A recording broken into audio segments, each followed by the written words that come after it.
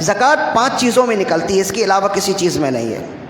سونا، چاندی، مال تجارت، فصل، جانور، ان 5 چیزوں میں زکوٰۃ نکلتی ہے، اس کے علاوہ کسی چیز میں بھی زکوٰۃ نہیں ہوتی ہے۔ جانور، فصلیں، اناج وغیرہ، مال تجارت، سونا، چاندی، یہ 5 چیزیں ہیں۔ جانور میں وہ جانور جو سال کا اکثر حصہ اللہ کی زمین میں چر کے ہی کھاتا ہے پیتا ہے، اس جانور پر زکوٰۃ ہوتی ہے۔ اس لحاظ سے اس شرط کے مطابق ہمارے شہروں میں جو جانوروں کے باڑے ہوتے ہیں، بھینس اور اس کے باڑے ہوتے ہیں، ان جانوروں میں بھی زکوٰۃ نہیں ہے، اس لیے کہ وہ چارہ خرید کر کھلاتے اور پانی وغیرہ کا بھی انتظام بھی وہ خرید کر کرتے، اس وجہ سے اس میں زکوٰۃ نہیں ہے۔ گاؤں دیہات میں بڑے بڑے چراگاہ ہوتے ہیں، وہاں جانور پل رہے ہوتے ہیں اور اللہ کی زمین سے ہی کھا پی رہے ہوتے ہیں، تو ان جانوروں میں زکوٰۃ کا معاملہ ہوتا ہے۔ اسی طرح فصل ہے تو فصل میں جو زکوٰۃ نکلتی ہے وہ عشر نکلتی ہے۔ کل فصل کاٹنے کے بعد اس کا 10واں حصہ جو نکال دیا جائے اسے عشر کہتے ہیں۔ تو فصل کا معاملہ بھی شہروں میں اتنا ہوتا نہیں ہے، اس وجہ سے فصل کے معاملے میں بھی اس قدر زیادہ گہرائی میں جانے کی ضرورت نہیں ہے۔ باقی بچ گئی 3 چیزیں، مال تجارت، سونا اور چاندی، ان چیزوں میں زکوٰۃ ہوتی ہے۔ سونا اگر فقط سونا ہے، صرف سونا ہے، آپ کے پاس نہ رقم ہے نہ چاندی ہے، صرف سونا ہے، تو وہ 7.5 تولہ ہو تبھی زکوٰۃ ہے، 7 تولے میں بھی زکوٰۃ نہیں ہے۔ 7.5 تولہ پورا ہوگا تو زکوٰۃ کی رقم بنے گی، آپ صاحب نصاب بنیں گے، ورنہ نہیں بنیں گے۔ اسی طرح ایک دوسرا، چاندی ہے، آپ کے پاس کچھ بھی نہیں ہے، سونا بھی نہیں ہے، پیسے بھی نہیں ہے، مال تجارت بھی نہیں، صرف چاندی ہے، تو اگر صرف چاندی ہے تو 52.5 تولے چاندی جب تک نہ ہو جائے اس وقت تک آپ صاحب نصاب نہیں ہوں گے۔ لیکن عام طور پر ایسا نہیں ہوتا، عام طور پر مکس ہوتا ہے۔ اسی وجہ سے اب اگر کچھ سونا ہے، کچھ چاندی ہے، کچھ پیسے ہیں، عام طور پر ایسا ہی ہوتا ہے، تو پھر یہ اب وزن پر بات نہیں ہوتی، اب مالیت پہ بات ہوتی ہے۔ اگر 1-2 تولہ سونا ہے اور کچھ پیسے بھی آپ کے پاس ہیں، تو اب یہ دیکھا جائے گا کہ وہ جو سونا ہے اس سونے کی مالیت کتنی ہے اور وہ جو پیسے ہیں ان پیسوں کو ملانے کے بعد کتنی مالیت بنتی ہے۔ اگر سونا اور پیسے کو ملانے کے بعد اس کی مالیت 52.5 تولے چاندی کی مالیت کے برابر ہو جائے تو وہ صاحب نصاب ہوگا۔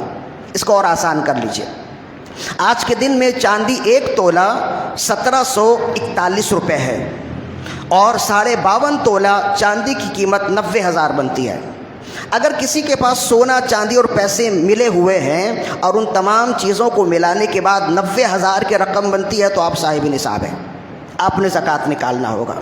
یہ آسان ہے بالکل، اور عام طور پر ایسا ہی ہوتا ہے کہ کچھ پیسے جمع ہوتے ہیں، کچھ کانوں کی بالیاں ہوتی ہیں، کچھ سونے ہوتے ہیں اور کچھ چاندی ہے، ان سب کو ملانے کے بعد اگر آپ دیکھیں کہ آپ کی رقم عام طور پر بن جاتی ہے کہ 90,000 کی رقم اگر بنتی ہے تو پھر آپ صاحب نصاب ہیں، آپ نے زکوٰۃ نکالنا ہے۔ سامان تجارت کا بھی معاملہ ایسا ہی ہے، جو شخص جس چیز کی تجارت کرتا ہے وہ اپنے تمام مال کو دیکھے اور مال کو دیکھنے کے بعد اس کا حساب نکالے، حساب نکالنے کے بعد اس کی زکوٰۃ نکال لے گا۔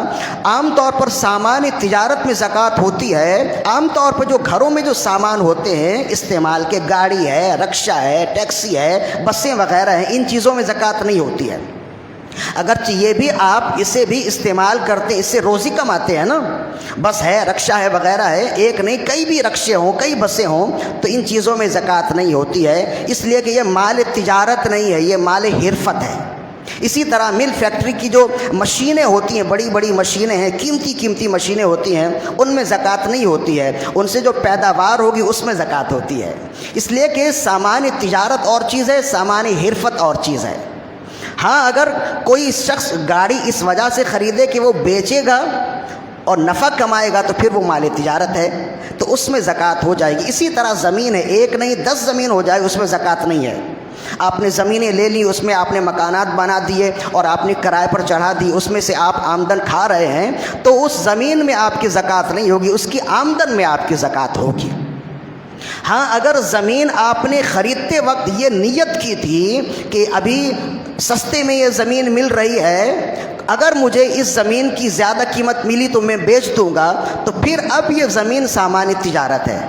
اب اس زمین کی قیمت کی زکوٰۃ بھی آپ نے نکالنی ہوگی۔ بعض ایسے ہوتے ہیں جو اپنے پیسے زمینوں میں پھنساتے ہیں کہ 1 مہینے کے بعد 2 مہینے کے بعد ہم نے 50,000 کما لیے یا لاکھ کما لیے، تو یہ ٹرن اوور ان کا چلتا رہتا ہے کہ ایک زمین بیچی پھر دوسری خریدی، پھر دوسری بیچی پھر تیسری خریدی، وہ ان کا کاروبار ہوتا ہے۔ تو اگر زمین خریدنے اور بیچنے کا کاروبار ہے تو وہ زمین جو آپ خریدیں گے اس کی بھی زکوٰۃ آپ نکالیں گے۔ لیکن عام طور پر ہوتا یہ ہے کہ انسان زمین خریدنے کی نیت سے، بیچنے کی نیت سے خریدتا نہیں ہے۔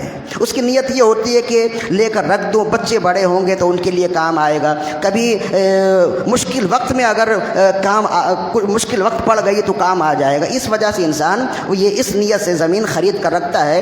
تو ایسی اگر زمین خرید کر رکھے جس میں نیت بیچنے کی نہ ہو تب اس میں زکوٰۃ نہیں ہوگی۔ اگر بیچنے کی نیت ہوگی تو زکوٰۃ ہوگی۔ اسی طرح گاڑی وغیرہ ہے، گاڑی ہے، موٹر سائیکل ہے، رکشے ہیں، بسیں ہیں، ٹیکسیاں ہیں، جو بھی چیز ہے وہ اگر آپ استعمال کے لیے رکھتے ہیں یا اسے کرائے پر ڈال کر اس میں سے آمدن کماتے ہیں تو اس میں زکوٰۃ نہیں ہے۔ لیکن اگر آپ نے بیچنے خریدنے کے لیے، بعض لوگوں کا کاروبار ہوتا ہے گاڑیاں بیچنے خریدنے کا بھی، اگر انہوں نے کاروبار کیا ہوا ہے تو ہر ایک گاڑی کی قیمت کے مطابق آپ نے زکوٰۃ دینی ہوگی۔